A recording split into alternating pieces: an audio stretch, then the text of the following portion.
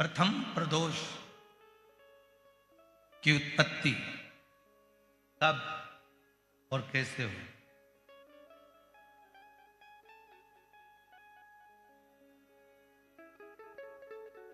सबसे पहला प्रदोष का व्रत किसने धारण किया था?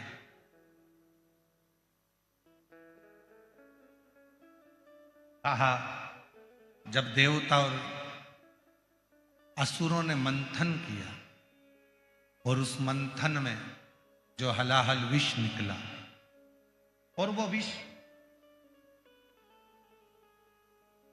कोई लेना नहीं चाहता था। ऐसा दुनिया में कोई नहीं है जो बुराई लेगा। अच्छा किया तो मैंने किया, बुरा करा तो इसने किया।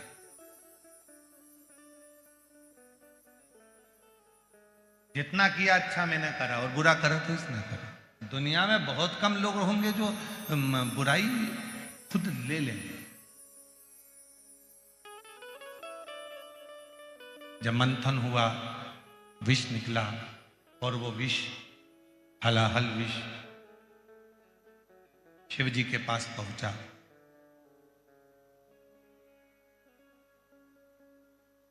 त्रयोदशी का दिन था। बाबा भोलेनाथ जी से देवताओं ने प्रार्थना करी कि यह विष कोई पीने को तैयार नहीं है। तब भगवान देवाधिदेव महादेव ने उस विष को हाथ में लिया और मुख से लगाना प्रारंभ ही करा कि मां जगतजननी उस कंठ में जाकर बैठ गई।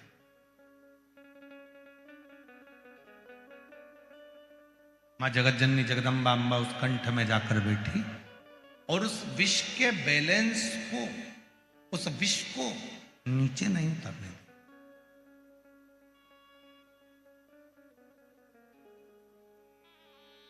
इतना हलाहल विष था कि देवाधिदेव महादेव भी अगर उस विष को पीते तो उनके भी प्राण जा सकते, पर उतरने ही नहीं दिए।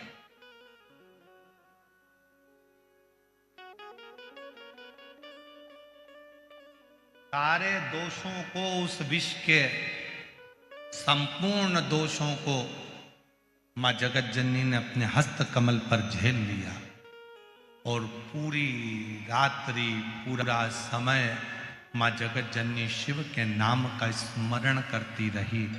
शिव जी प्रसन्न हो गए और संपूर्ण सुख देने वाले उस प्रदोष का महत्व स्वयं शंकर जी ने पार्वती से कह दिया। पार्वती, आज त्रयोदशी है।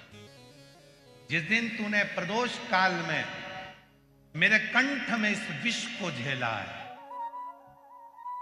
संपूर्ण जगत में कोई भी जो इस त्रयोदशी के दिन प्रदोष का व्रत करेगा और प्रदोष काल में मेरी साधना करेगा, उसकी जिंदगी के सारे विषयों को मैं अपनी ओर खींच लूंगा और उसको सुख प्रदान।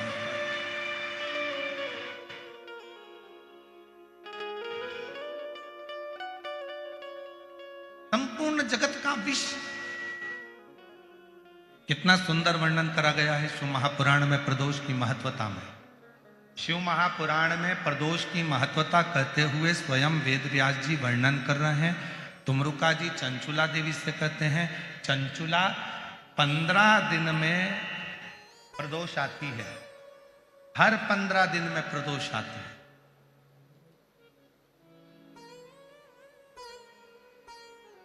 संसार का व्यक्ति यदि किसी तीर्थ में नहीं जा सकता, संसार का व्यक्ति कोई तीर्थ नहीं जा सकता, संसार का व्यक्ति कोई तीर्थ में जाकर स्नान नहीं कर सकता, संसार का व्यक्ति किसी तीर्थ में जाकर किसी पवित्र नदी का यदि स्नान नहीं कर पाता, तीर्थ नहीं जा पाता या भगवान शंकर का भजन नहीं कर पाता, हर 15 दिन में प्रदोष आती है। यदि एक प्रदोष को भी वो भूल से भी एक बेलपत्र या जल या चावल का दाना अगर शंकर को प्रदोष काल में समर्पित कर देता है या प्रदोष का व्रत कर लेता है तो उसके 15 दिन तक लगातार उसे तीर्थ का फल प्राप्त होता रहता है, चाहे फिर वो मंदिर जाए ना जाए। देवालय जाए ना जाए, शिवालय जाए ना जाए, तीर्थ जाए ना जाए, ये उसके ऊपर निर्भर करता है। पर एक चावल का दाना भी, एक बेलपत्र भी, एक लोटा जल भी यदि प्रदोष काल में, प्रदोष के दिन शिव को समर्पित हो जाता है तो उसका फल जरूर, और एक दिन तक नहीं मिलता, 15 दिन तक लगातार उस फल को प्राप्त हो। परमात्मा पर भरोसा करने वाला और प्रदोष का व्रत करने वाला कभी खाली झोली लेकर नहीं जाता, याद रखना।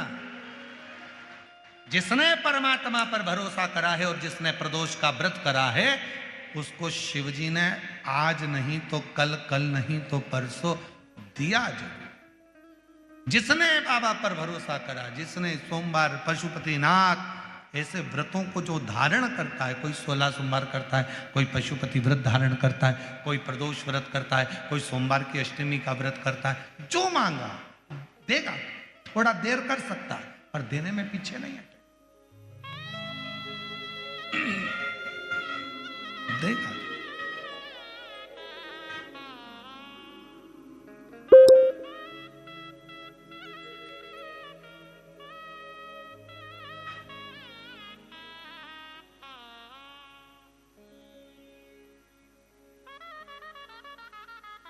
सारे देवता रोज भ्रमण पर नहीं निकलते।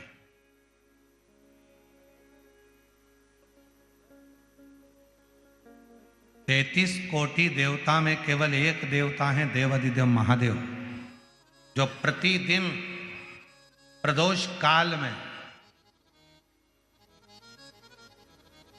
प्रदोष काल में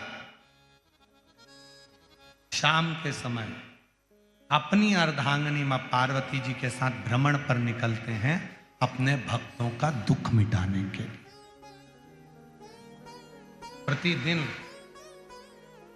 पहले तो मेरा निवेदन है कि प्रदोष को समझें कि प्रदोष का मतलब क्या।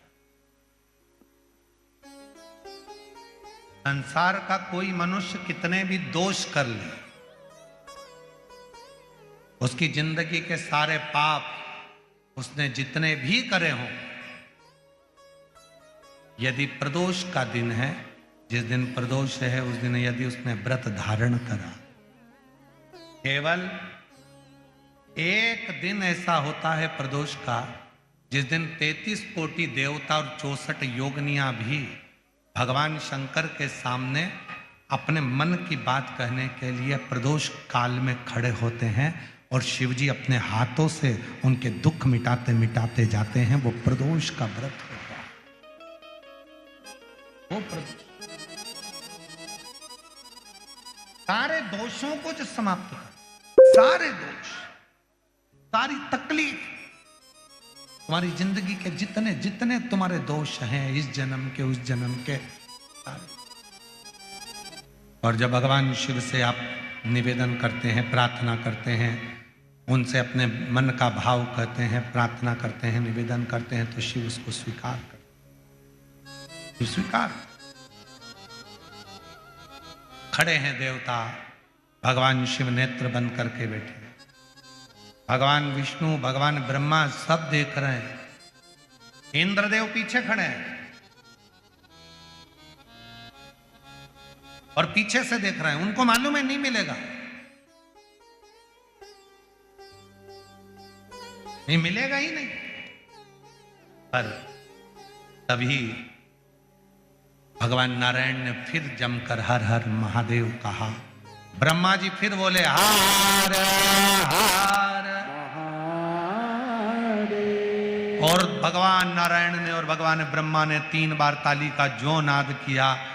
चंड ने भगवान शिव को सूचना दी, सूचना देकर भगवान शंकर के नेत्र खुल गए, और शिव जी के जैसे ही नेत्र खुले, बाबा ओ घड़दानी ने, भगवान शंकर ने नेत्र खोलते ही सामने खड़े हुए भगवान विष्णु को, भगवान ब्रह्मा जी को, देवताओं को देखा और पूछा कि आप यहां पधारे, मुझे आज्ञा करते मैं आ जाता,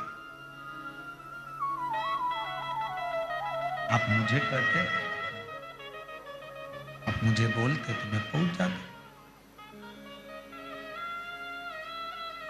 आप आए, मुझे तो बुलाते, मैं पहुंचता आपके दरवाजे पर।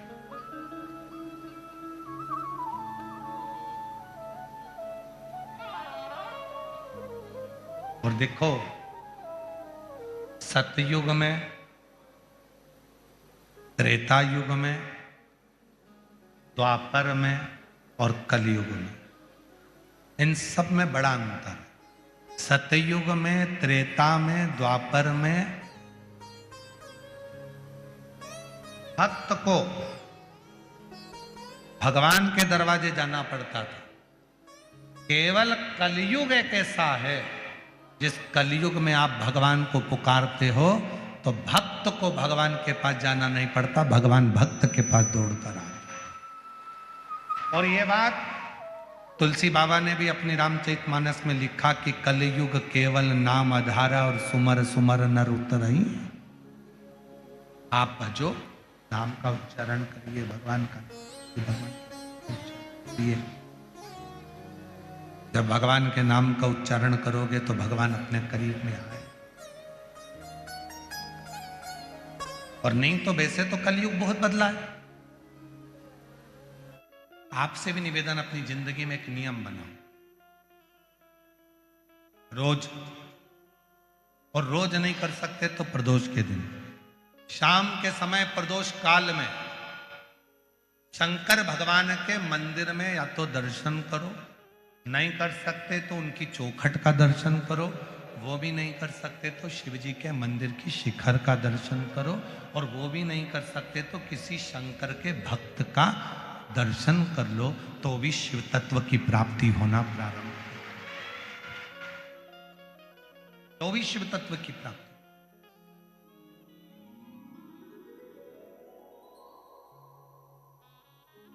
महाराज, सारी दुनिया सिफारिश से चलती है। भाई थोड़ा हमारे लिए बोल देना, थोड़ा हमारे लिए कह देना ना, थोड़ा। सारी दुनिया सिफारिश से चलती है, सब जगह पर सिफारिश चलती है, पर केवल एक स्थान ऐसा है जहां सिफारिश नहीं, सच्चाई और विश्वास चलता है। वो शंकर का दरवाजा है, शिव की चौखट। वहां सिफारिश नहीं चलेगी। आपने जो अच्छा कर्म करा है वहां दिखेगा, आपने जो नेक कर्म करा है वो वहां नजर आएगा, आपने जो श्रेष्ठ कर्म किया है वो वहां नजर आएगा। तो हम तो आपसे भी कहते हैं, तो आप लोगों का एक नियम हो जाता है, मैं 108 बेलपत्र चढ़ाऊंगी, मैं ये चढ़ाऊंगी, मैं वो चढ़ाऊंगी ना। तुम्हारे घर के पौधे के पास में, तुम्हारे घर में जो पौधा लगा हो, उस पौधे की एक पत्ती कोई सी भी तोड़कर भी अगर आप शंकर भगवान को समर्पित कर रहे हो तो भी शंकर भगवान आपसे प्रसन्न हो रहे हैं। शिव आपसे ये नहीं कह रहे कि मुझे ये मत दीजिए।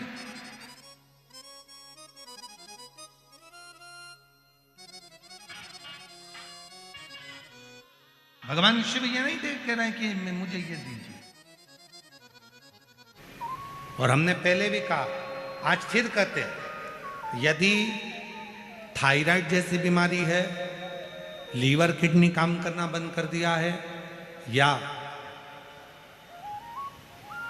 आपके शरीर में, हाथ में, पाँव में कंपन बना रहता है, थोड़ा थोड़ा हाथ पाँव हिलता रहता है, थोड़ा थोड़ा हाथ कोई काम करते हैं तो थर थर थर थर हाथ हल्का सा कांपता रहता है, तो हमने पहले भी कहा, आज फिर कहते हैं, जो दूब आती है ना, गणेश जी को क्या बोलते हो यहाँ पर, जम के बोलो, दूबा बोलते हैं, दुर्ब बोलते हैं। दुर्बा जो आती है, 5 दुर्बा प्रदोष के दिन एकांतेश्वर महादेव के नाम से भगवान शंकर के मंदिर में चढ़ाइए। शिवलिंग पे चढ़ाकर उस दुर्बा को उठाकर अशोक सुंदरी वाली जगह पर चढ़ाइए, और अशोक सुंदरी वाली जगह दुर्बा को उठाकर वही 5 दुर्बा को नंदी के पास लेकर आइए, और नंदी के पास रखने के बाद उसी 5 दुर्बा को दिन भर में एक एक कर कर वो दुर्बा को प्रदोष के दिन रात्रि से पहले पहले उस दुर्बा को धीरे धीरे कर कर खाना प्रारंभ कर दीजिए।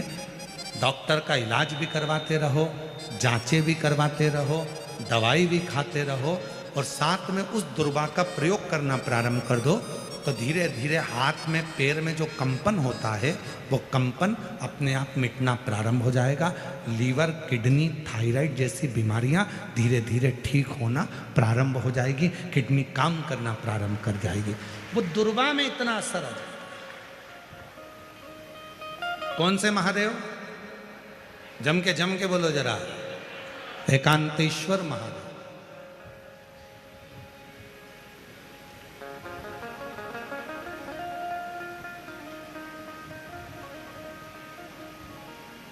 शिव जी के कुछ नाम ऐसे हैं जिनका मात्र, जैसे कुंदकेश्वर, आप सबको मालूम है ना कुंदकेश्वर का नाम कब लेना चाहिए? जब दवाई असर ना कर रही, गोलियां खा रहे हैं, डॉक्टर को दिखाना है, एक डॉक्टर बदला, दूसरा डॉक्टर बदला, तीसरा डॉक्टर बदला, फिर भी दवाई असर ना करे तो कुंदकेश्वर महादेव का नाम। डॉक्टर को दिखाते रहो, गोलियां खाओ, दवाइयां खाओ, जांच कराओ, क्योंकि डॉक्टर शिव का रूप है, पर उसके साथ में जो दवाई डॉक्टर दे रहा है और वो शरीर में ना लगे तो कुंदकेश्वर महादेव का नाम, उसको फिर हमने पहले भी कथा में 2 दीप का वर्णन किया, आज फिर कथा में 2 दीप का वर्णन कर। कितना भी दुख है, संपदा नहीं है, बहुत कष्ट का जीवन चल रहा है, बहुत तकलीफ का जीवन चल रहा है, 2 जगह पर दीप लगाना चालू कर दो। प्रदोष काल में, मतलब शाम का समय, सूरज ढलने का जब समय हो उस समय एक दीप बेलपत्र के वृक्ष के नीचे, दूसरा दीप भगवान शंकर के मंदिर पर। प्रदोष काल में जब ये 2 दीप लगना प्रारंभ हो जाते हैं तो भगवान अपने चारों हाथों से आपको संपदा देना प्रारंभ कर देते हैं। वो कुबरेश्वर महादेव बनकर धन वैभव देना प्रारंभ। 2 दीप,